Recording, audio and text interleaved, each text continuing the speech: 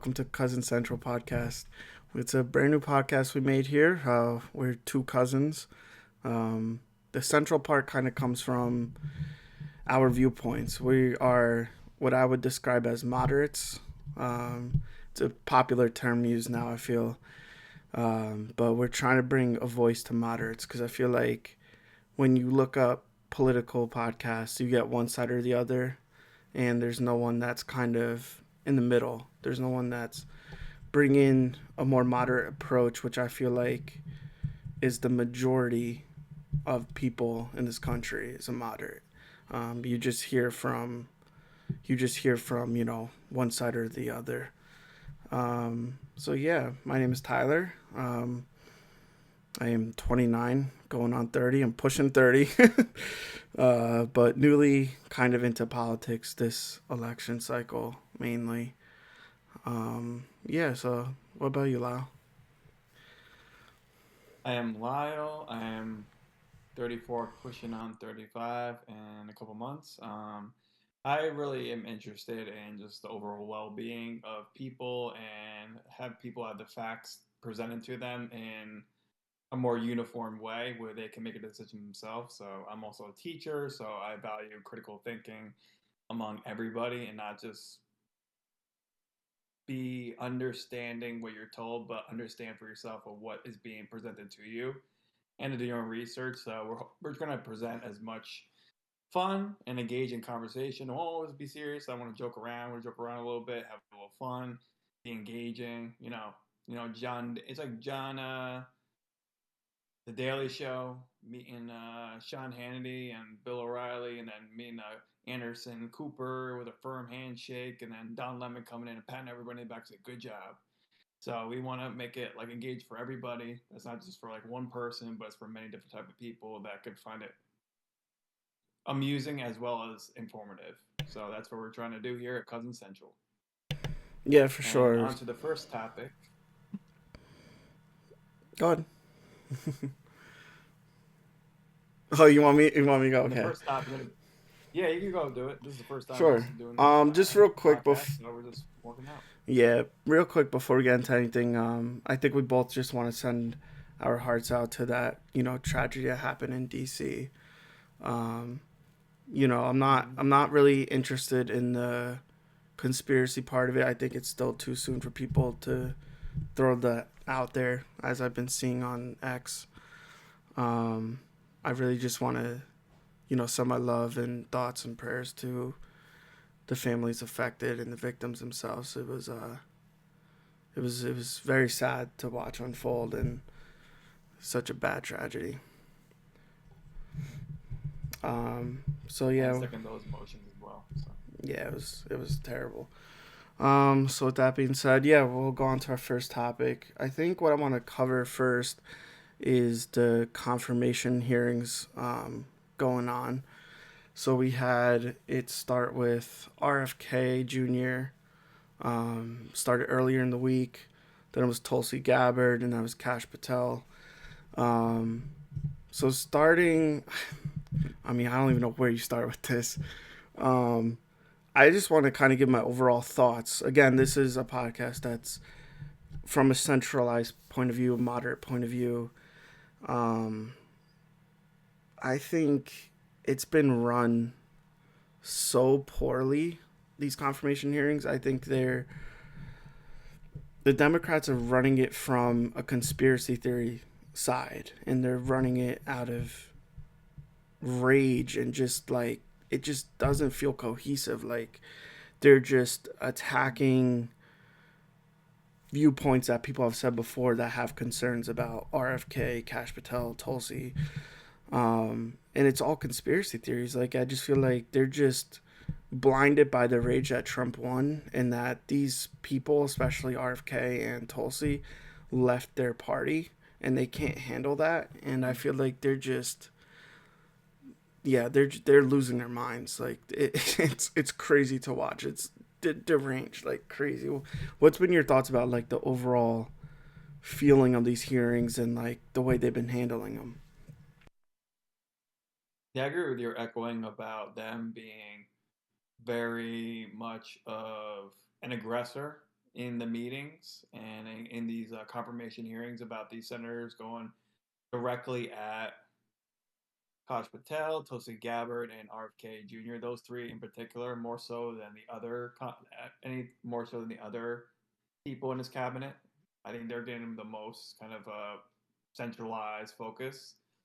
I believe towards their ties to non-invested interests. I think they're not invested into anybody and into anything, which makes it more dangerous going into this because more than likely what I assume, which I hope with these nominations, they bring about change, they bring about, I want to say revolution, but reform that needs to really happen within these different departments because with the justice system and definitely with we're seeing with our food and our healthcare system needs an overhaul. We see both these institutions need something to change.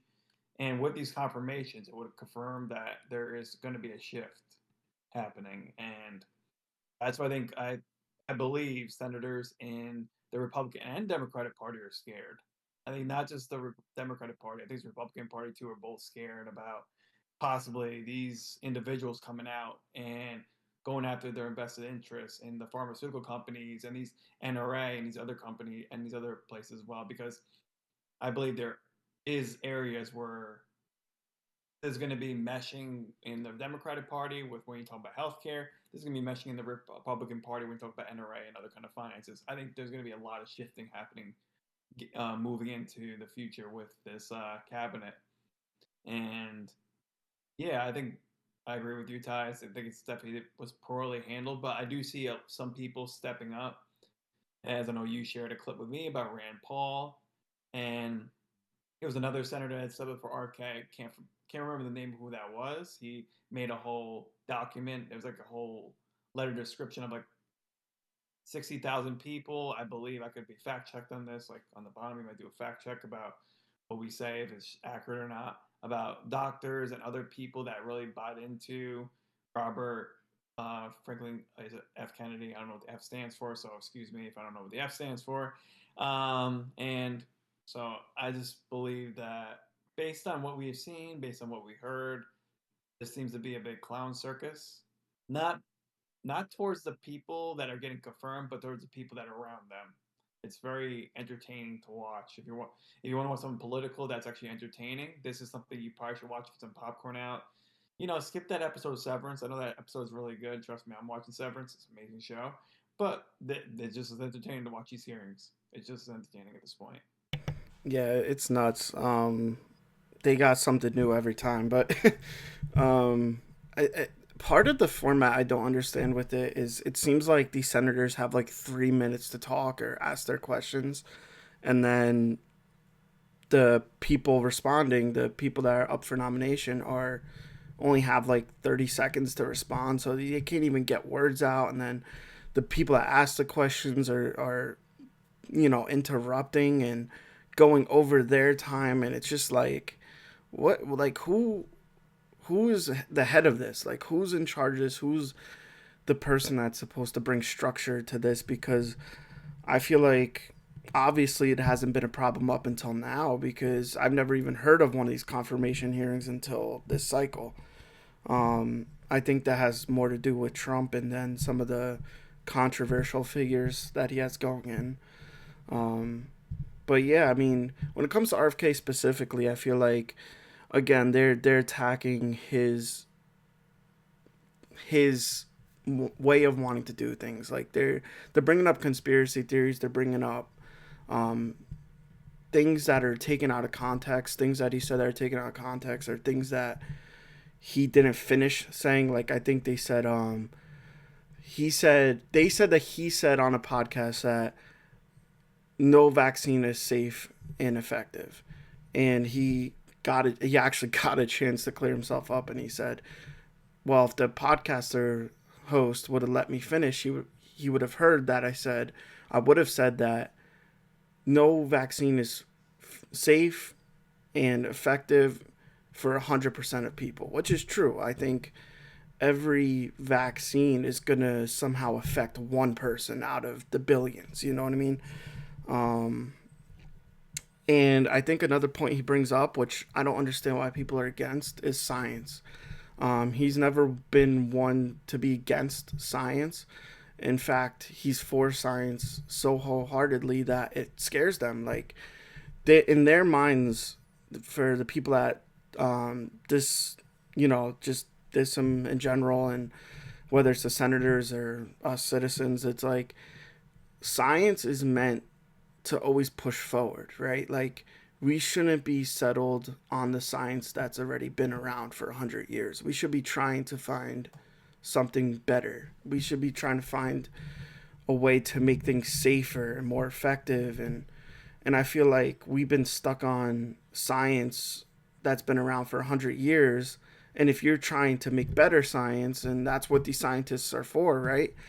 Why is that a bad thing? Like, I feel like he wants to find ways to progress science, and they're taking that as a negative, and I just don't understand that. Yeah, you bring up a good point about how science is being like attacked in the public sphere about this idea of pseudoscience and like where do you get the science, where do you get the data from, where do you get the evidence from? Is this backed by claims? And one thing about science, which people should know if you ever took a science class in a middle school or even high school, maybe in elementary school, is that science can always be proven wrong. Science can always be disproven. We might know something right now, but it might be changed in 10 years. And what RFK did, especially with the relevancy of science, with we're talking about natural dyes like red 3 and then red 40, and we're talking about these artificial flavors and these other additives we put in our food. It's coming out. Research is coming out now, about 10, 15 years later, after you said this, that it does have signs of causing cancer. So they're trying to get out of foods now. So you're seeing the signs change. And I think they're attacking RFK a lot for the vaccines, about his phrasing of causing that it causes autism. We don't know what the cause of autism is. We have no understanding. We have no bearing on it. It's hard. It's on the rise. It's extremely on the rise. ADHD and these other learning disabilities are on the rise relatively now, and we don't know what's causing it. We have no idea. So we could assume based on our just overall knowledge and awareness that it could possibly be the vaccines, or it possibly could be the food. It possibly could be both. It could probably be maybe what's in the water. It has to be probably maybe a multitude of things. So I think to say that the science now is not proving what exactly everything that Robert Kennedy's saying is true. It's something we gotta make sure we take with a grain of salt because we don't know if 10 years from now what's gonna happen. Like we don't know 10 years from now about cell phone use and about these teenagers. We have no idea what this is gonna cause. And social media and all these other kind of variants that we have in society right now. So it's very hard to tell. But I like that RFK is bringing these new health awareness to the front hold of America and to the people. He cares about people. I like his line about saying, I don't just care about Republican or Democrat children, I care about everybody being healthy. It doesn't matter what kind of children you have, it's about being healthy and it's about being safe. And I hope, hopefully, he gets elected and gets confirmed, and hopefully, he backs up what he says. We can take everybody with a grain of salt, but it's not about what you say; it's about what you do. So I'm looking forward in the future to see what he does because he seems very passionate about this topic and what he wants to do given his own situation. How do you Yeah, feel about like his own passion towards health and towards bringing the betterment of people? yeah, and like going back to what you said, like with the autism and whether or not it's in food, vaccines, whatever, his whole argument is why don't we do the science? Like, he's not saying for sure that it's the food or the vaccines. He's saying let's do the science to figure out if it is. And I don't think that's crazy. I think people look at it as crazy because the science so far hasn't proven it. But that's what science is for: is to keep pushing forward and find a reason for it. Um, and that's just one of the reasons I feel like these senators are up in arms with him. Funny enough, another reason is, as he exposed, he said the silent part out loud. These big pharma companies are lining these senators' pockets. Um, I mean, he blatantly said it to Bernie, and I've never seen Bernie Sanders get that red in my life. He turned a beet red like a tomato. Like he could see how much that angered him, how much it embarrassed him, how much he didn't see it coming. Like he that was just. And then he said something stupid right after. He was like, "Oh yeah, only 1.5 million out of the 200 million."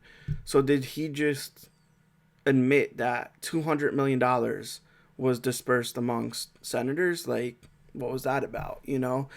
RFK put him on the spot with that. And I don't. It was fun to watch, honestly, because it's been a very big topic that's been upsetting a lot of citizens. I feel like with pharmaceutical companies obviously having an interest with who's in office and whatnot. Um, did you get a chance to see that moment, and what'd you think of it? But yeah, I did see that moment. I kind of watched that clip as well. I watched a few clips, but that was one of the major clips I watched. And it was kind of interesting to see Bernie Sanders getting flustered like that and not being overwhelmed with the accusation that I don't think he ever saw coming. And it was funny because you looked at the back of the people behind him sitting, they were surprised. They were like kind of smiling, like, okay, yeah, I think finally the cat's out of the bag. The information's out there. Now it's public record. Because once you say it's public record now. So it's like the allegation's out there. So there might be a case. Who knows? There might be something going to be going on at vested interest. So then people pull away from it. So like if you're getting caught with this accusation, that means a lot of other people are getting caught. And is this a spiral and falling, what we call domino effect of people just getting affected by this accusation and this overall way of just unrevealing the cat in the bag. Yeah, for real. Even the senator, I forgot where she's from. I think it's Massachusetts. Elizabeth Warren. The first day, I think the confirmation hearing, she was going off on RFK, and it's like, oh, you look into how much money she's making from these companies, and it makes a lot of sense. Um, yeah, so the overall tone has just been derangement, though. Like, it's funny that they criticized Trump from the way in his camp of how they handled him losing, but they haven't handled it any better. They've looked like big just babies at this point. So some of the moving on to like Tulsi's hearing, some Mm-hmm. of the same uh, some of the same acts were had during that hearing. Not as crazy. Um, the one major thing they tried to attack is that she's like a Russian spy and she's working for Russia and all that. But it's like, come on, man. Like, you wouldn't be saying this if she was still affiliated with the Democratic Party. That's what it comes down to. So yeah, nothing of note in that. I think she'll be easily confirmed. Then you had Patel with FBI confirmation hearing. Same kind of stuff. They try to say, he was profiting off of January 6th and, just random stuff. Just, again, conspiracy theories. But, yeah, did you have a chance to see Tulsi's or Patel's at all? Any clips of that? I see Cash Patel because they were trying to accuse him of a case he was in his stint with the FBI and about some kind of hearing and documents he said about the whole, I think, with the whole Trump situation about like not having the trial go through with whatever happened with, I believe January 6th. I could be wrong. Could be again fact check on the bottom here Yeah, I believe it was January about 6th. some. Yeah, January 6th. He kind of helped. I guess supposedly like dim the waters for him. Like it was a little bit calmer for him. It was a little bit easier, and he was unable to get the complete. Um, I don't know the word for it, but when you get accused of it, and just the legality of the whole entire situation. I guess it was something he kind of helped him with. So I don't know if that was something, but the hearing is now stowed away in Department of Justice, DOJ. They have the file, they have the records, they have his hearing and statement. And he was like, throughout it, you could release it. You could release the statement. But then Cory Booker was like, you were a witness, though. You could say it here. But if you're in a confirmation hearing with the DOJ, I'm not sure about the legality of it, but it seems to me, even if you're a witness, you would still need permission to release that. That'd be confidential. If it's closed, it's confidential. So he was trying. Cory Booker was trying to incriminate. He was trying to get Kash Patel to incriminate himself by saying something, like playing a lawyer move on him, and Kash Patel's not having it. He's like, release it. Like, you can release it. Release whatever I said. I'm fine with it. So that right there was showing a move by Cory Booker in hindsight that he was trying to kind of frame Kash Patel in that moment and trying to get him to budge. I believe, if I'm not certain. I don't know the law and legality of it all, but I'm certain that you cannot release. I mean, as a witness, what you said in a court hearing, that's that secret. You can't. Yeah, they were definitely, I think, searching for a gotcha moment. Mm-hmm. Um, yeah, so I don't know. I haven't seen any updates today about any hearings or if they're finally confirmed or anything like that. But hopefully, something will come about shortly with that. Um, moving on, I guess, another topic we have today. I want to talk about Project 2025, and I want to talk about the deportation part of that. Um, Mm-hmm. Man, as I sit here today, I'm just like, I don't know. I don't know. Like, I don't have the words for it because I'm like, it's such a tough situation for me to figure out because I'm like, you obviously have to do something about the border, and that's something that both parties agreed on. Um, but what do you do about the people that are here already, and how do you handle that? So for me, again, this podcast is going to be our views. It's going to be a moderate view. It's going to be some side, some takes are going to be on this side, some takes are going to be on that side. For me, I feel like it's not being handled well at all. I feel like you are having neighbors snitch on their neighbors for a reward. They're literally handing out rewards for snitching on people and making calls and saying, hey, this person that lives next door to me is illegal. Like that, I feel like that's betrayal. Like, I feel like that's not how we should act as humans, not even as Americans, as humans. I don't feel like that's humane at all. I feel like also going into schools and doing roundups and, just checking random people. It's like, that's not the word I keep on going back to is humane. I feel like this whole process has taken out any sort of human feeling. Like it just doesn't have that human element. Just no care for one another. Just you're American or you're not.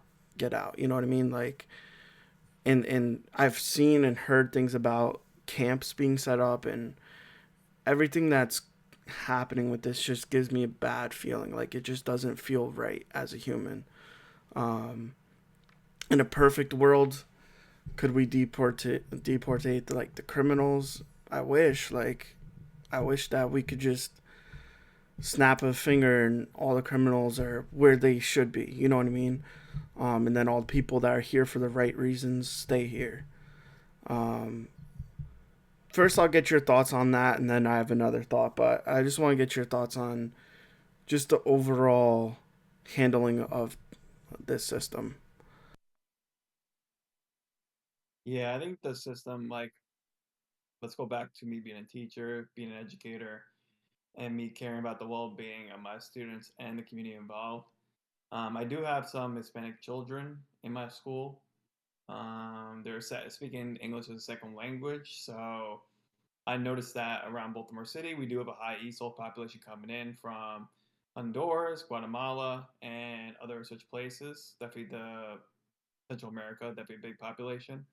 I know there's been worry about ICE coming into schools and they're not allowed unless they know of a particular person that's in there that's illegal.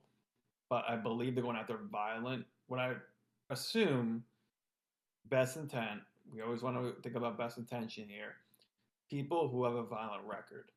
There have been violent record. Hopefully that's what I would prefer this to happen. But I don't believe that this is going to happen exactly the way it should. And that's why I feel like I agree with you, Ty, about the idea of community being invested interest now that, you are snitching, like you said, about another neighbor and then you get some kind of reward or prize based on it is very faulty of the core curriculum and the core foundation of this country. This country was built on immigrants. Immigrants who came here illegally. We came here illegally.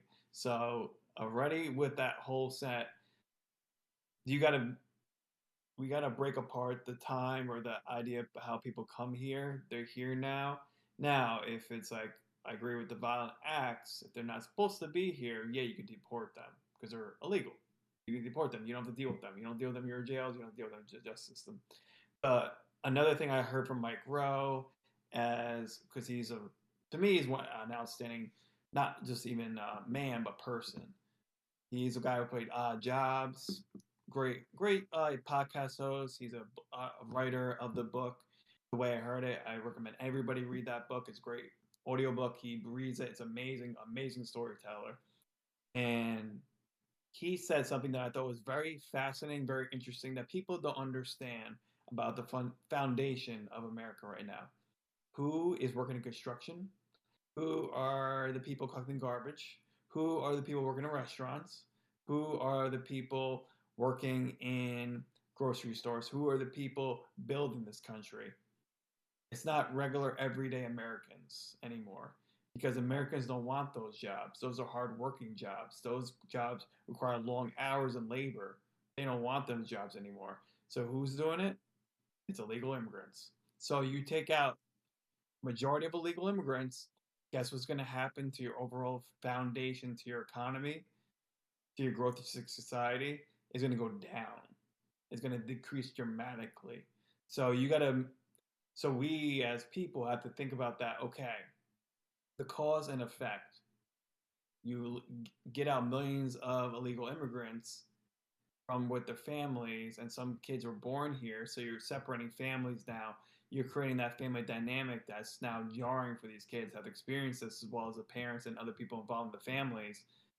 So you're creating generational trauma, as well as you're hurting the economy of the United States of America. So you're not doing anything great by doing this. So I think I agree with you. It's a bigger issue than people think it is. And again, let's go back to the idea of being truthful, being honest, as we're trying to be in this podcast. Like Ty said, we are not someone to say, "Oh, we're going to just stick with Republicans or stick with Democrats." Absolutely not. We're sticking with what's right, what's wrong, and what's right. And that is, to me, not the best, but I prefer to have people that are here illegally who are doing violent acts and are doing drugs, doing human trafficking to be out of here. That I agree with. I think that's not controversial to say. I don't think anybody would disagree with that. They're like, yes, that makes sense. But they also should be given to the government and they should be dealt with accordingly to their justice system. Not just drop them off on the other side of the border. I don't think it's great either. So I wonder how you feel about I'm putting this back to you, Ty, about how do you feel about the violent acts of some of the illegal immigrants, such as drug traffickers or human trafficking and stuff like that, how they should be dealt with once they are get upended? Are they? I don't know the process they're going to give them to the justice system or not. So, what do you think is the best course of action for that? Yeah, I'm not sure what the current like system of that is. What happens when they catch someone who's a violent offender? I assume they just get deported. I'm pretty sure that's probably what happens. Um, I know they're talking about opening Guantanamo Bay again or Alcatraz. I don't know about that, but I think the issue is the system of becoming a legal citizen is too difficult. Like I feel like it doesn't give people a chance, whether it's having an address or just the sheer time it takes. And some people don't have that luxury, of time. And whether it's a medical emergency or someone's pregnant or something like that. And I feel like a potential solvent of this could be when they are doing these roundups and they are finding someone who is illegal is looking into their criminal record. If they don't have a record, I feel like why not give them citizenship on the spot? Like why not, expedite whole um, that whole routine and just me what I don't know what has to be done for them to become a citizen, but can they when they get brought in from ICE and they're not a criminal, can they have a way of okay, we're giving you citizenship because we see you're working, we see you're producing, and we see that you are a active member of America and you are bringing something to the table. Um, like you said, in construction, in restaurants, on farms, stuff like that. Like if they are contributing, why are they being sent back? You know what I mean? And again, too, like I said, with even pregnant women, it's like they don't have that luxury of time, and that was gonna lead me into my next point is ending birthright citizenship is something that's crazy to me. Like I feel like it's something that's been a staple of this country forever. Like right, it's part of the well, I think it's the 14th Amendment. It's so to take something out of an amendment, it's like that's crazy to me. I don't even think that should be allowed at that point. Um, they're trying to argue. The Republicans are trying to argue it was put as a 14th in the 14th Amendment as part of slavery, and when the Civil War ended, that anyone who was slaves would become a citizen. Their children would become citizens. Um, okay, yeah, that's the right thing to do, but why are we ending it now for people that are coming in? I just feel like it's not a good tone to set. It's not a good precedent to set. How do you feel about birthright uh, and that potentially going away? I believe birthright should be a core. It is a part of our core values as American citizens, and I believe it should not go away. Like most people don't want, fast food to go away. I personally don't eat fast food, but say you take out a McDonald's or take out a Wendy's from someplace. Imagine you do that, and you take out Dunkin' Donuts, you take out that Dunkin' run. Think how upset you're gonna be not having your coffee in the morning. Think about it like that. You're gonna have something you always had is now gone. That's not something that's flavorful for most people to swallow in terms of coffee, or as well as the idea of citizenship. It's something that's a core value of the United States and something that should not be handled to be mis should not be mishandled in any type of way. So I do agree that this should remain the same and go on record. If Trump wants to do this, he's wrong.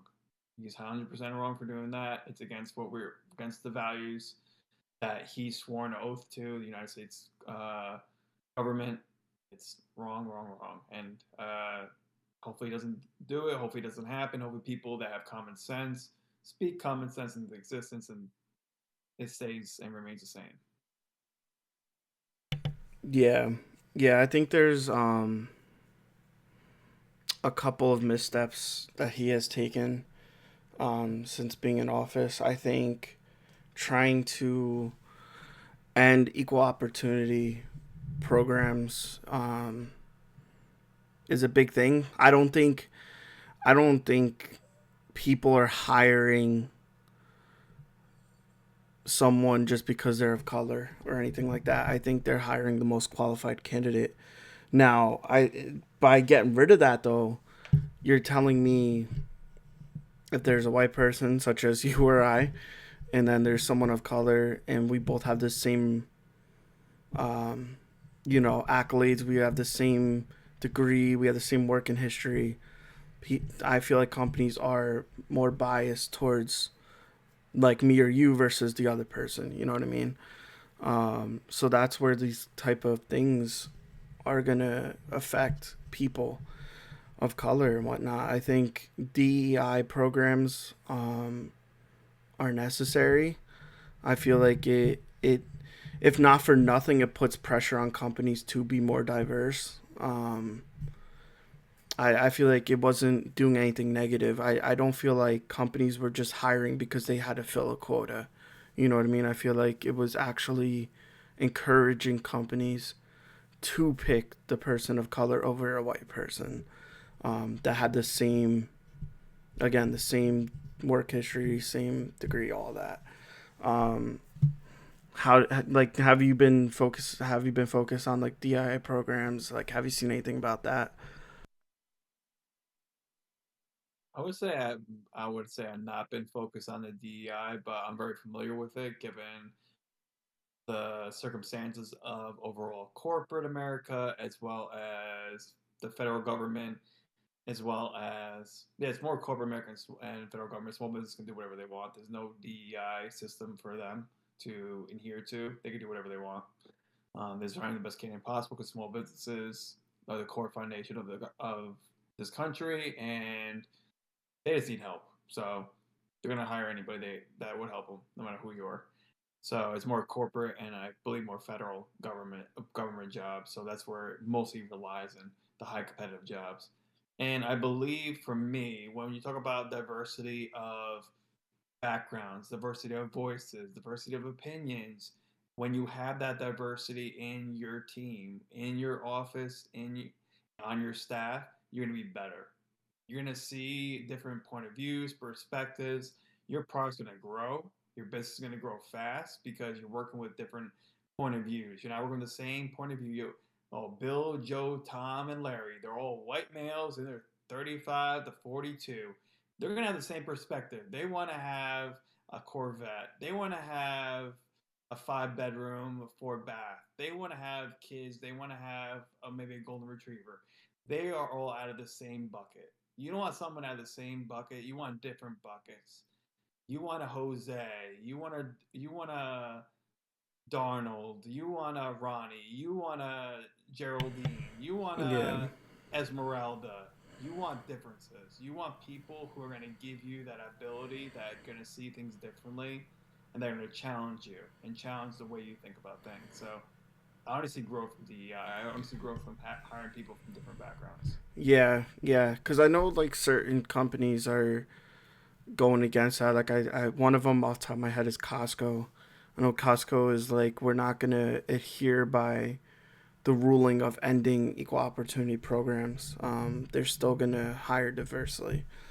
Um, Again, that's part of the whole immigration and everything too. Like now, companies are gonna be more afraid to hire and whatnot. But yeah, it just seems like there's a lot of fear in this country right now, between deportation and these types of programs ending, and it's just, it doesn't feel, it doesn't, as we're talking as two white men, right? Like, it doesn't feel inclusive. It doesn't feel like this presidency so far has been tailored to everyone. It feels like it's tailored towards white people. um us people who are with Hispanic women, it feels extra, like it feels extra bad because I look at my fiance and I'm like, she's telling me things and I'm like, yeah, like it's not safe. Like, do they feel when they walk out on the street or they're going to the grocery store, they'll get wrapped up by ICE just for questioning? And it's like, why should they feel like that? You know what I mean? Just because of their skin color or the way they're talking or whatever it is. It's like, is that what ICE is going to do as well? Are they just going to go to random locations and be like, oh, this person looks Spanish, this person is speaking Spanish? Like, should I, like, are they now going to go question them? Like, they shouldn't, people shouldn't be harassed either. So I think that's a whole nother layer that I've been feeling personally, just because I'm like, I see it happening with my fiance and her concerns for her and her family and her friends. It's something that in 2025 now should not be happening. But I know you're dating someone who's Hispanic as well now. Have you felt that as well? Like, I wouldn't say I felt that because we're not living together yet, but we will be living together in June. So look forward to June. We do live together. Well, shout out Erica. And I do feel as though I think I feel. Let me say, I don't feel like ICE is the problem.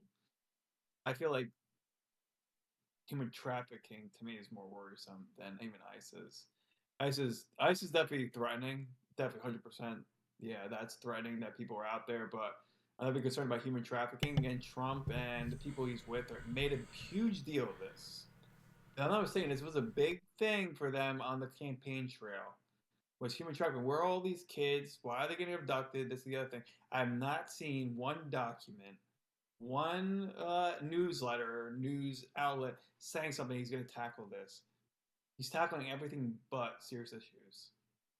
Like to me, a serious issue right now is probably besides the LA fires and the people there getting what they need and getting what they deserve. I heard the real estate prices, the realtors are jacking up the prices there because they know that people need to buy.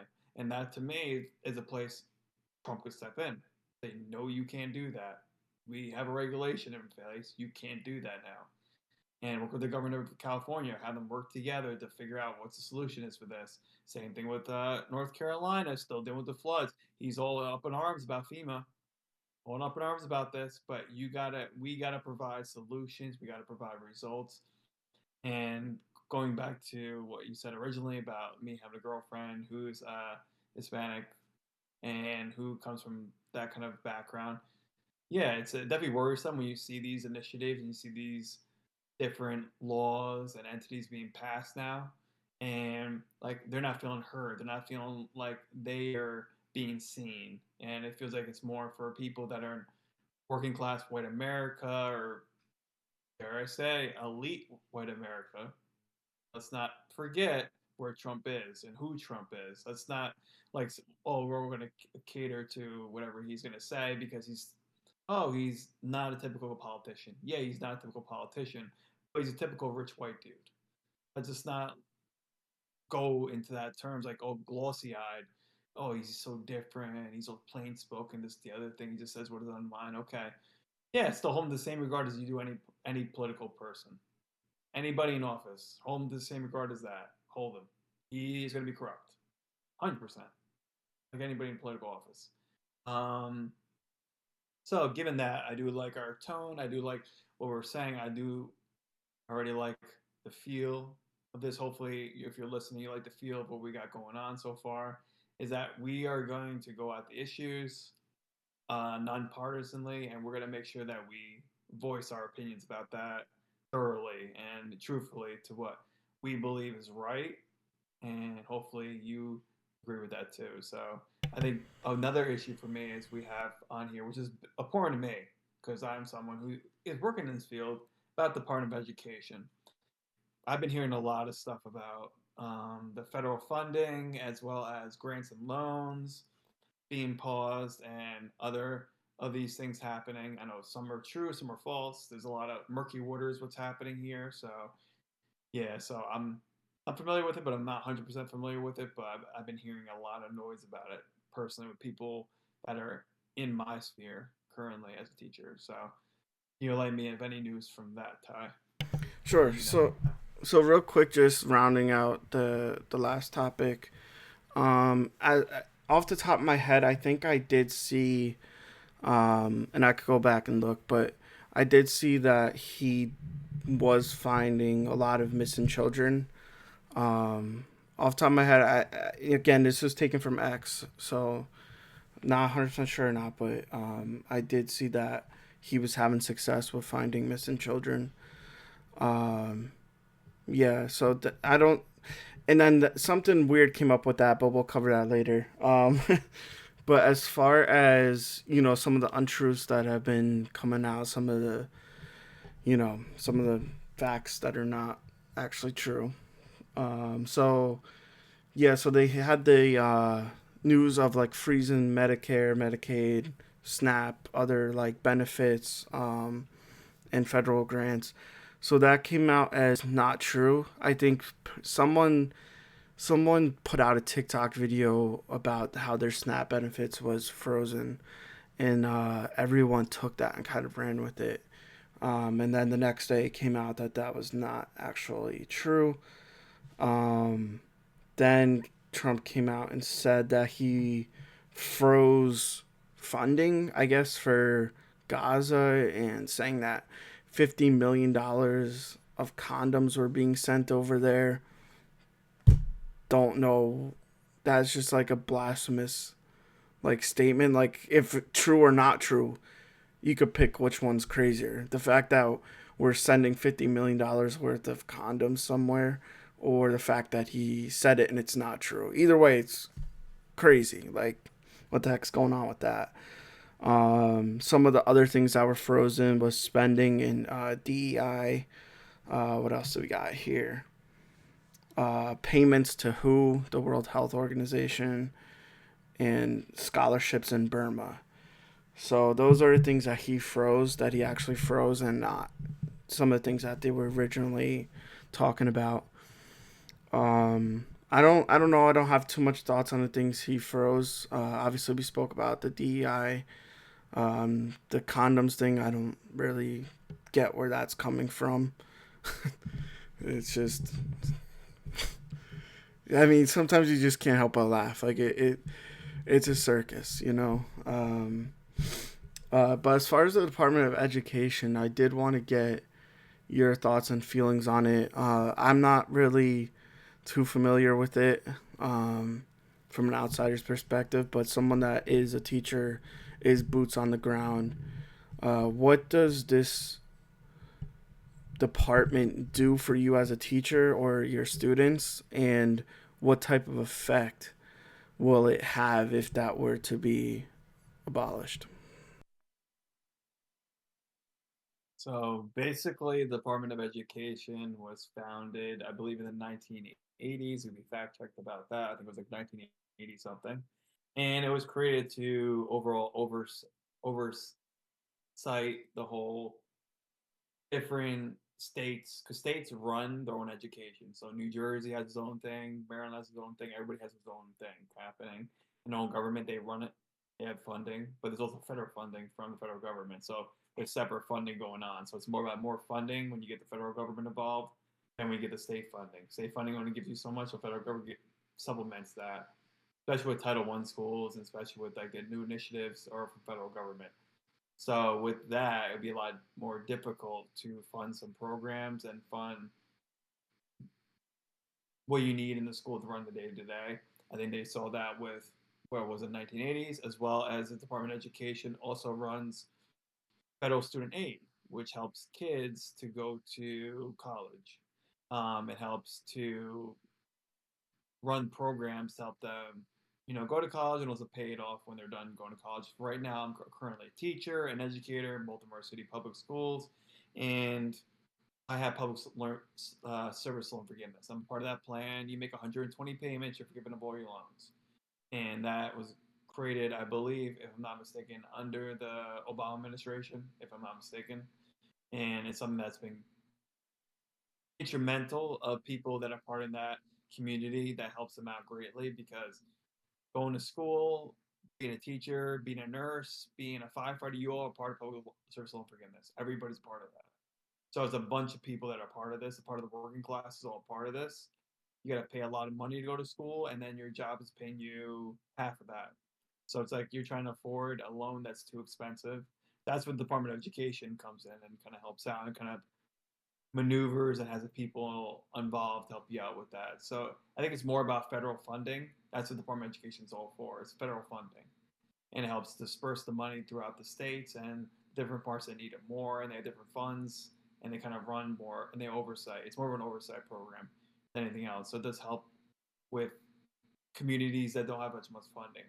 So that helps. The federal government steps in and helps it out. So getting rid of that and combining with the Department of Treasury, which I think he wants to do, if I'm not mistaken, that's what he wants, um, will definitely underman a lot of people.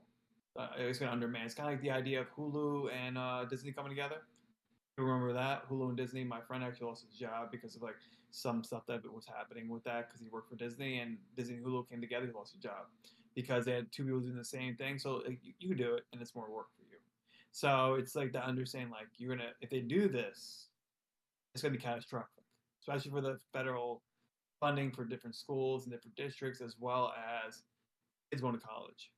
So, and we know college is a business now; it's way too damn expensive. If we're going to change something, we're going to change college tuition and the way these universities run their programs. Can't do it for private schools. Like I went to a private school, John Hopkins, or private school, they could do whatever rate they want. But public schools should be having a set mandate, the max you can go. There has to be something that has to be done with all state colleges, all community colleges need to be run in a certain way. And I think that's should be a federal mandate, if not a state mandate, of states having more ownership over that. So part of education overall, that roundabout answer, I was giving my own opinion on certain things and stuff I'm certain experiencing. But Department of Education is an oversight program that looks over funding and looks over these different programs that help and benefit other states and cities around the country. Basically you're saying, if I'm getting this correctly, that it would affect you, especially being an inner city school. It would affect your ability to teach the children and their ability to learn. Yeah, the funding would definitely be problematic at best. Yes. Yeah, yeah, man. I feel like they're mainly wanting to do it because of the LGBTQ stuff. I feel like they want to have more say in what's being taught. Um, personally, personally, I don't want our kids to be indoctrinated. But there are ways you could teach them about just other forms of love and other forms of loving other people and yourself in a safe manner. Again, I wish, just like when it comes to immigration, I wish there was ways you could weed out the bad from the good. But there just isn't. There currently isn't a way to do that. So I know, like, a lot of people feel like, especially parents, feel like their children are being indoctrinated, and I feel like, so the way I put it, because we had a big discussion about this. I think it was like last weekend, between my fiance and her family. The way I put it is, you're gonna see what is put towards your algorithm, right? So if you're a person that believes that that type of stuff shouldn't be taught at all, and you put that out there and that's the videos you're watching, that's all you're gonna see. But like I said, the analogy I used is, if you if you see two people walking down the street, you're not gonna film that. But if you see two people fighting, you're gonna film that, right? So when people are saying, "Oh, I'm seeing videos of teachers teaching things they shouldn't, so we have to find a way to fix this," that's one teacher. You know what I mean? Like, that's one teacher out of the tens of thousands, maybe hundreds of thousands. I don't know how many teachers there are in America, but um, and that goes for There's a any, lot. yeah, and that goes for any profession.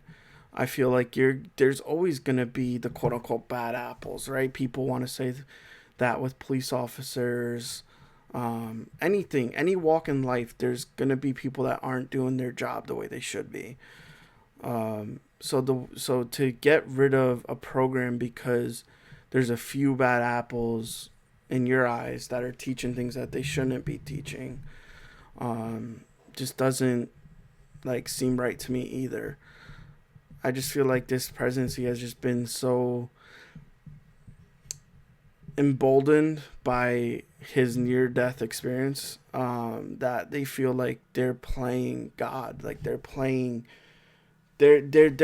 basically coming this time not to play around. Like, they're really pushing all the agendas they want, and they're getting their way one way or another.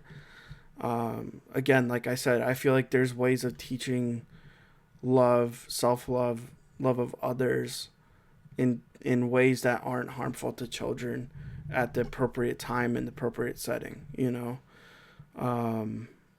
Yeah. So what's Obviously, again, you being a teacher and being boots on the ground, how do you feel about them specifically trying to end these programs because of LGBTQ? I don't know all the letters. I'm sorry, but do you feel like that's a main focal point for them ending these type of programs? And yeah, I think another proponent, besides the LGBTQIAX, I believe I have them all. Um, Not that this is a quiz, not like we're taking the citizens test, which I have in front of me, which is a PDF of over 11 pages and 100 questions. Oh my God. And most people fail this test, FYI, so you know. I wouldn't because I liked history and I learned a lot. So I was a history major, so I think I'm an advantage over most people. And speaking on that, I think it's more about what Trump wants to do. I think he's trying to be well intentioned. I think I'm trying to get at least for this proponent, the benefit of the doubt with that. He's trying to create student choice for these students to have the choice to go. But if you're giving student choice, this is my caveat or my double-edged sword kind of combative or not combative, but over ideology here is if you're giving student choice, shouldn't the first choice be the best choice for the students? And if the first choice is the best choice for the student, excuse me, is it well funded? Is it well organized? Is it something that the students are getting knowledge from? And again, like what Tyler said and what I agree with too, you work in places, you work in industries, you work in situations where people care and don't care. And that just goes with everybody and do what they're supposed to do and do what they're not supposed to do. That goes with any profession, any job, anything you're kind of looking at. And people know what the real people are doing. And everybody has their own agenda, everybody has their own biasness and perspective, as we kind of came to atone for as we keep talking about these different kind of topics. But I believe it's not just the LGBTQIAX community that he's trying to go after. I think it's more about he wants to create student choice for students, wants to open it up, make it more reasonable. But if the funding comes from tax codes and tax brackets of where students and these families live, that changes things dramatically. That doesn't make it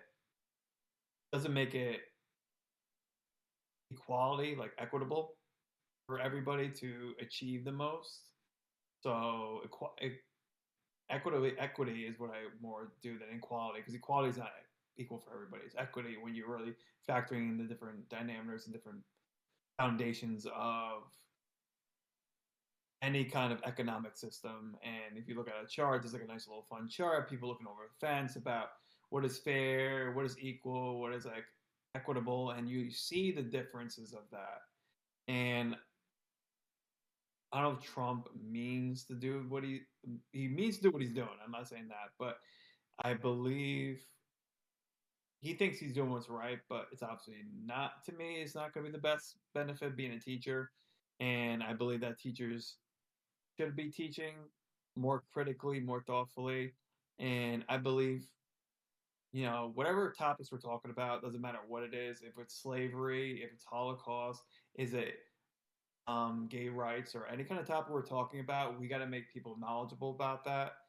And it's about knowledge. It's about pure knowledge, about pure perspective. And you're not trying to change someone's lifestyle. I'm not trying to make someone more like me. I'm not trying to make them different. I'm just giving information. And I think when teachers do that, that's what we're doing our job. We're doing what we're supposed to be doing. We're introducing kids to different perspectives, different lifestyles, different situations, and it helps out them. But we shouldn't be subjecting kids. And this is where I kind of go against society and what we're talking about. Is like you identify as a unicorn and be 5 years old. You're not a unicorn. You are not a unicorn. You're not a lion. You're not a cub. Let's get this nonsense out. This is like to me, this is nonsense. yeah. There's no sense to this, Real quick, and that's where I have a problem. yeah, real quick. That's why I was actually gonna bring that up, and that was a perfect time. Um, to further your point, he I think is putting something into effect that you cannot transition until you're 19 or older now, which I feel like is that's actually a good time frame. I feel like at that point, you've graduated high school, you kind of figure out who you are a little bit more. Um, you shouldn't see elementary kids and middle school kids transitioning because, like you said, when I was a kid, I thought it was Spider Man. You know what I mean? Like one day you're Spider Man, next day you're Batman. Like they don't know what they want or what they are at that point. That's just my personal opinion about that.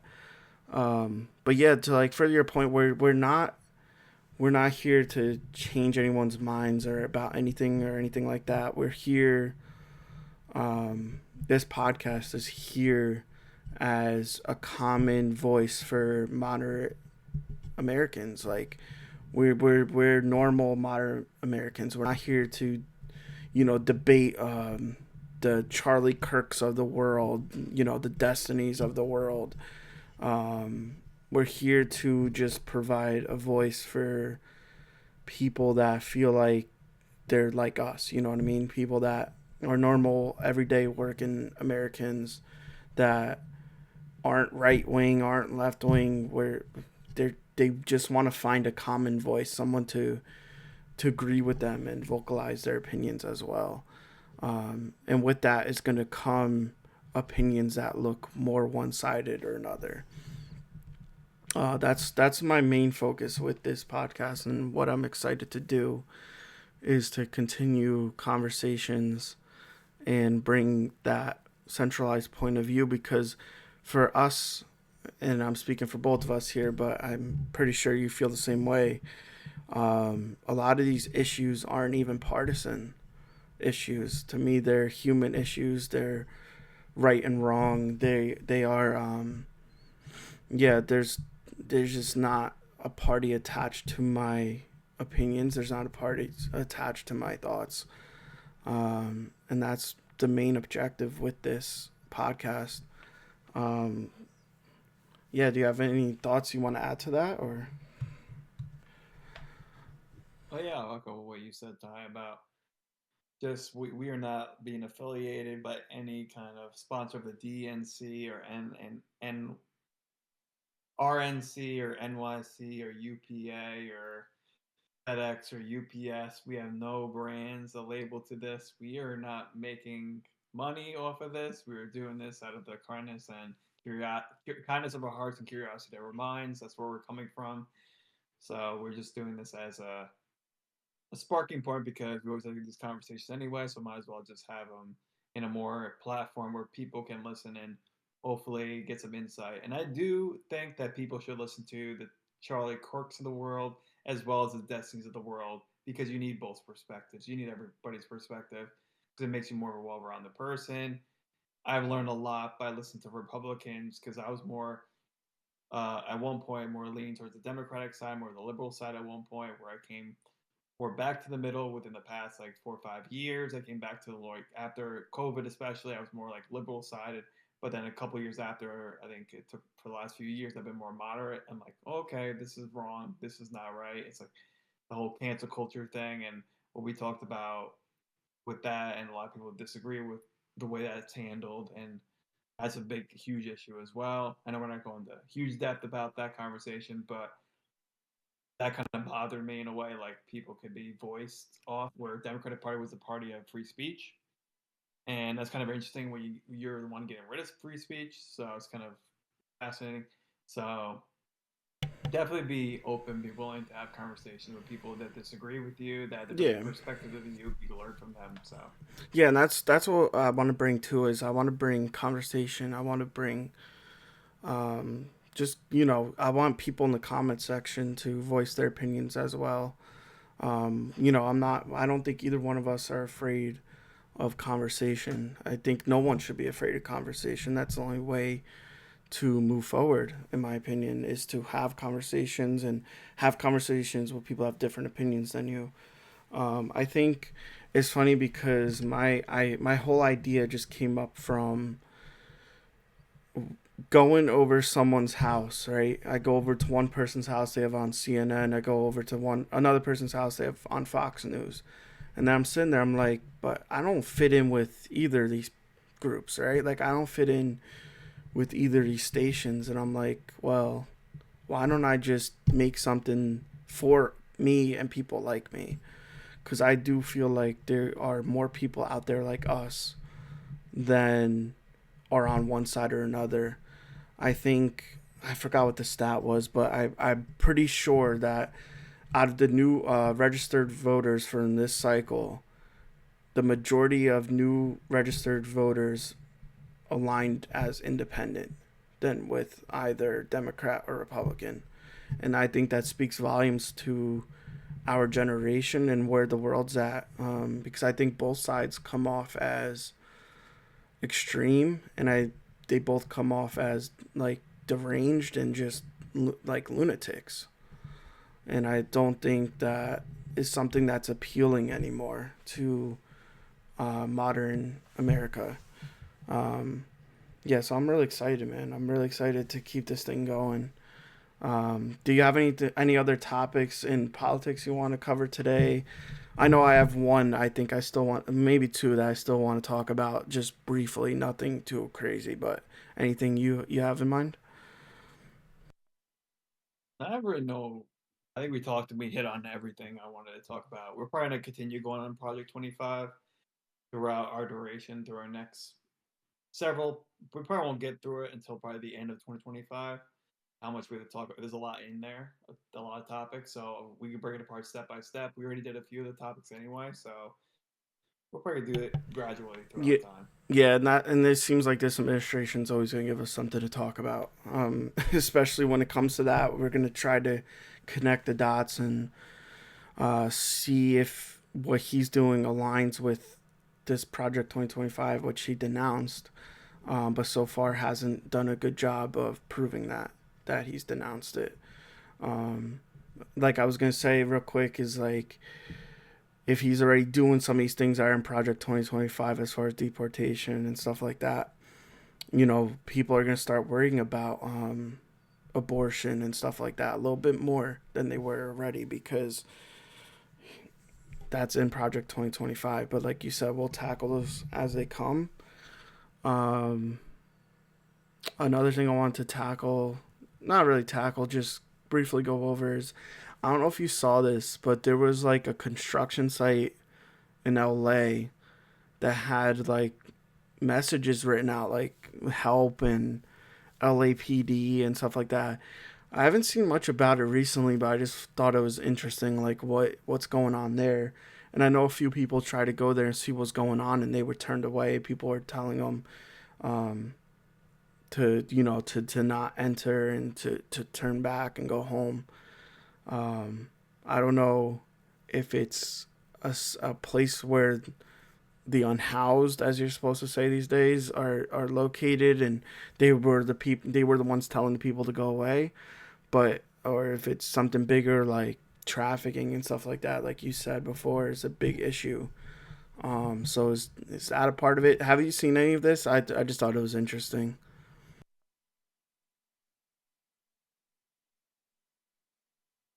Actually, I haven't. I just looked it up right now about Los Angeles news downtown, seeing the help images. Yes, so this is very fascinating to me about what's happening there. I didn't know about this, so thanks for putting it on my radar. It could be Skid Row, what it could have been. Maybe the people in that kind of community, displaced people.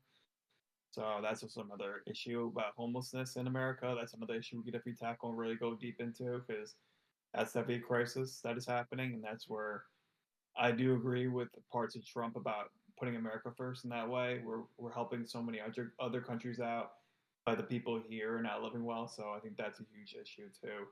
So, and I agree with Dave Chappelle. So one thing I do want to bring up this Dave Chappelle. Everybody listened to SNL. Dave Chappelle's monologue on SNL when he did it perfectly. He told his story. It was beautiful.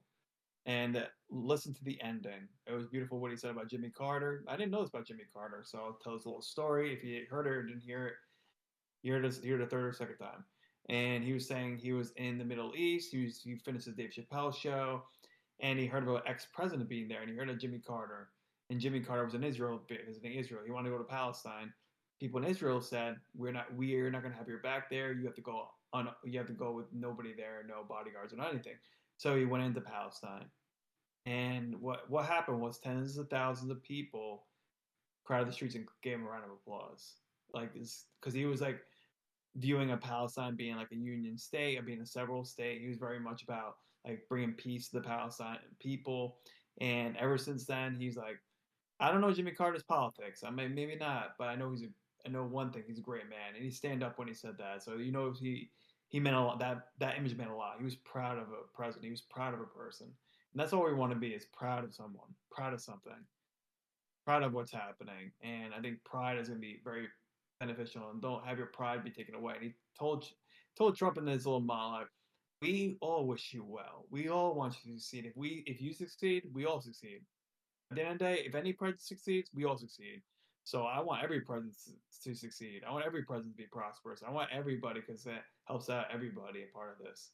And he wished him good luck, and he was very adamant about that. So it was a great monologue, great comedy. Dave Chappelle likes to throw little jabs here and there, little funny interludes. But yeah, I recommend listening to that because that was a great overall speech and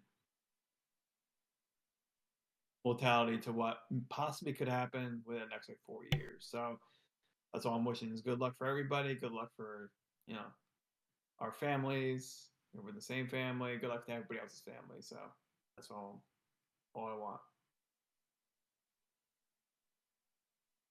I was talking and was muted there.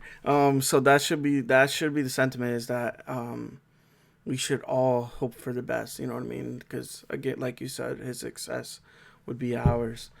I just think a lot of people were worried going into the presidency, and he's done nothing to ease those worries. He in fact, probably has inflamed it a little bit more, just because of the type of tones he takes and presidents he sets. Um, I even saw something that Iowa is trying to get gay marriage reversed. Like they're trying to ban men getting married, and I feel like that's just again five, not even five. It's 10 steps back. Like that's something that's so done with, something that's so in the past, something that was I feel widely accepted at this point. It again being 2025.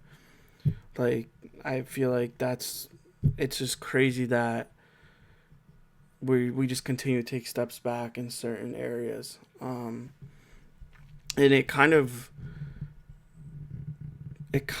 confirms the way I felt. Even before election, I was telling people that if Trump won, we'd be okay as far as in the world view, right? Like our issues with Russia and China will settle down a bit. But at home, we won't be okay. We will have more concern at home than we do with the world. And then I told them if Kamala wins, we'll be okay at home, but we won't be okay in the world. Like I feel like the issues with Ukraine and Russia and all that would still be a thing if she won. And this has confirmed it. Like we, it seems by all accounts, things in the world have kind of settled down as far as Russia and Ukraine and stuff like that. I know stuff in the Middle East is still going on. That kind of, in my opinion, has to be addressed in a way, especially with Syria kind of being taken over.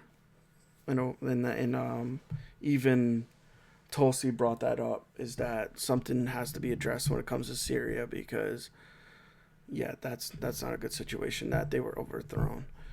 Um, so yeah, I just feel like there's a feeling of sadness and fear in our country right now, and it's not this place is not it's not they're not wrong for feeling that way. Um, yeah, so I guess one topic, and then maybe we could either end it or we could go into some more lighthearted topics. Um, this is a lighthearted topic in itself. Um, is the UAPs. We tried for obviously people won't know we tried recording this episode now 3 times, but in our second episode we got in more into the UAPs and our theories and whatnot.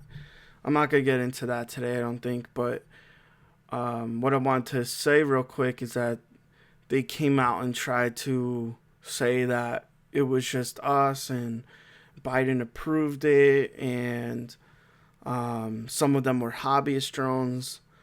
And I'm sitting here saying, well, if he approved it, how come local law enforcement and state law enforcement don't know about that? They're on TV saying we don't know what they are. We've got no confirmation from anyone. And also another point, how is a hobbyist drone coming out of the ocean? Right? Because that's what they were saying is these drones were coming out of the ocean. Give me one hobbyist drone that will come out of the ocean, and also find the guy that's flying the drone nearby. Like I feel like there's a lot of loopholes in that theory. There's a lot of you could pigeonhole that thing to death. Like there's a lot of holes in that now you're making it more suspicious. Now you're making it seem like you're letting conspiracy theorists run with that a little bit more now, because it's like you're telling us an even more unbelievable story. You would have been better off saying nothing, in my opinion. Um, I don't know if you got a chance to see that, but what are your thoughts on it being hobbyist drones and things that we've approved? It was obvious drones things that we improve when we know about it ahead of time. I think that's the most simple answer and the most logical answer. I'm not too much. I think Tyler's more in depth with this topic than I am. Just to be blunt and honest. But just you phrasing that and just me answering very generically and very honestly, I'm like, and that'd be everyone's answer. Wouldn't it be more obvious? Wouldn't we all know this was happening? Like, wouldn't this be some kind of like national awareness? Oh, this is for your own safety. We're doing this for you. So keep in mind, this is not Watchmen. This is not 1984. This is not one of those pseudoscience kind of books that you know about where we're just trying to watch you and surveillance you all the time. This is not that at all. This is something different. So if it is any of these kind of conspiracy theories, or is it even if it's surveillance, I'm like that's still kind of absurd. Is this something that's happening to me? I'm like, we didn't need it before. Why do we need it now? So I don't know. Unless we had it always, we just never noticed it. But not sure. So that's my own honest take on UAP. UAPs in that regard, without going into more of what we believe they could be, because that's all that could be a whole another 15, 20 minutes. And Yeah, we maybe. definitely don't want to make this too long for everybody. We want to make this reasonable. And we're going to definitely make this within, I think my usually time of listen to podcasts. Like if I want to sit down and listen, like 40, 45 minutes is a sweet spot. I don't mind listening to podcasts for a couple of hours if it's very interesting, but yeah, I noticed like most people like maybe I'm like if you're like me, like maybe an hour, hour and a half max, but 45 minutes to an hour is like a sweet spot. So we're gonna try to keep Well, it around that spot. well, we're running on hour and 18 minutes right now. So, Yeah, but it's our first time, so but it's this just is like us, trial and right? error. This is us. This is the way Mm-hmm. we talk when we're together in person. This is. I hope it's as easy of a conversation to listen to as it is for us to talk about. Like we just when we're in person, this is the way we flow. You know what I mean? So I hope that Right. comes across on this as well. So I guess we won't really get into some of the media stuff or movies or shows. Maybe we could just end it there for the day. Or do you want to talk about anything you've watched recently? Anything you recommend? I think we could go through recommendations. See if Okay. we do a daily recommendations or weekly recommendations or bi-weekly, whatever we want to do this. I know this is very off the cuff. We're doing a lot of this. This is like I do improv personally, so I love this stuff. I love this shit. I love just doing stuff off the cuff and just saying whatever's on my mind. I don't like a script. I like outlines. We have an outline for this, so don't think we're just flying off the seat of our pants here. We're gonna have an outline every week. It just won't be like scripted what we're exactly gonna say. And we are well researched and we're well knowledge about what we're talking about, at least to our opinions. But yeah, recommendations are Severance, 100% recommend Apple TV. Watch that. Watch this first season if you haven't done so. It's by Ben Stiller, the actor. He wrote it and created it. Amazing show. It tells about um, the lead actor Adam Scott from Parks and Rec. And it's like loop where he shuts off. He's like one person at home, one person at work. So it's that kind of like dogma kind of status about you're one person here, one person there, and that switch up. It's really cool, very interesting, very good concept. It's a very dark thriller. I highly recommend watching if you haven't done so. And yeah, that's my big recommendation for the end of the podcast. I think we should always get like one good recommendation. That's my recommendation. So, any music, movies, TV shows you recommend for our listeners, Ty? Sure. So, recently I've been watching The Bookie. So that's with Sebastian Maniscalco, the comedian. He has his own show on Max. Literally, what's in the title? He's a bookie, and you know all the chaos of that kind of plays out. Um, I've started. I'm now. I want to say halfway through the second season of Ted Lasso as well. That's been long recommended to me. Yeah, love the show. Ted himself has become one of my favorite TV characters of all time. Um, yeah, it's a great show. So if you haven't seen that yet, watch that for sure. And then one more thing I would like to recommend. I watched last night or the night before, one or the other. Um, was Gabriel Iglesias's new comedy special on Netflix. That was a really good one. Um, he has quickly. I feel like my fiance kind of introduced him to me. Like I knew of him, but I didn't really like watch him before. But he quickly became like one of my favorites just because the type of person he is. You could tell that he really cares and whatnot, and he goes into that kind of in this special, and it's a good heartfelt moment. So yeah, those are kind of my recommendations and what I've been watching. Other than that, we got Royal Rumble. We got WWE Royal Rumble tomorrow, so that'll be fun.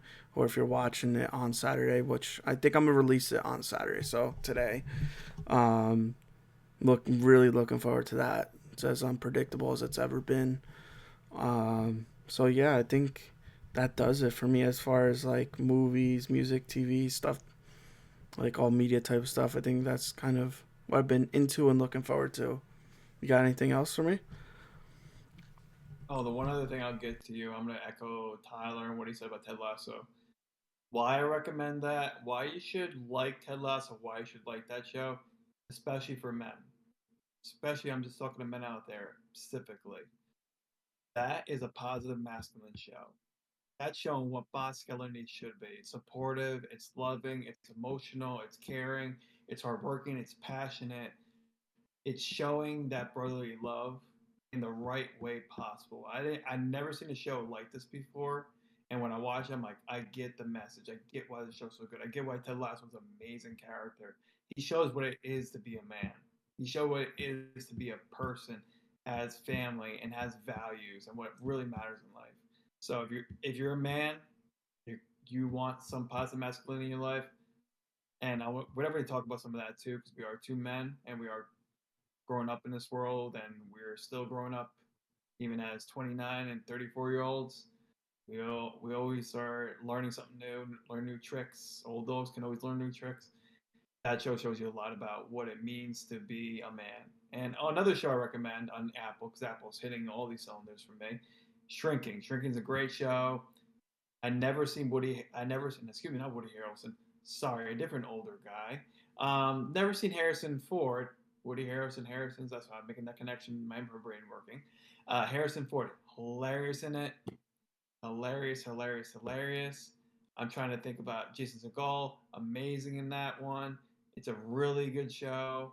Really good. Shows you again what it means to be a person, a family person, a relationship. When it comes down to life, life's about the people who are in your life. It's not about what you do. It's about who you're with, and it's who you're spending time with. So I'm glad I'm getting to share this time with Tyler and us giving this to you. I think this is definitely, if I'm up to pushing forward, this is, I think, a good time to end our episode for today, because we value relationships, we value people, we value the ideas of being right and being truthful, being honest for yourself. And Ty, you have any lasting thoughts for our episode today? Yeah, I just want to tell people, let us know what you like, what you want more of. Like, if you want more lighthearted conversation, we could bring that as well. And it's something I think we will do as well. There's not always going to be something in politics to talk about or something we want to talk about. So yeah, we will bring media, sports, all that type of stuff as well. Yeah, so just talk to us in the comments. We're open to any and all thoughts and conversations. So yeah, I just want to ask people to like the video, subscribe. Uh, yep, hit the bell for notifications. Um, and then yeah, I'm thinking of doing some kind of giveaway at some point. Maybe at 100 subscribers, doing like a T-shirt giveaway. As you see, we're both wearing. I think that'll be a fun thing to do as well. Give a little incentive there. Yeah, so that's all I got for today. Thank you guys so much. Thank you guys for watching and listening. Enjoy the rest of your day, and we'll be back soon.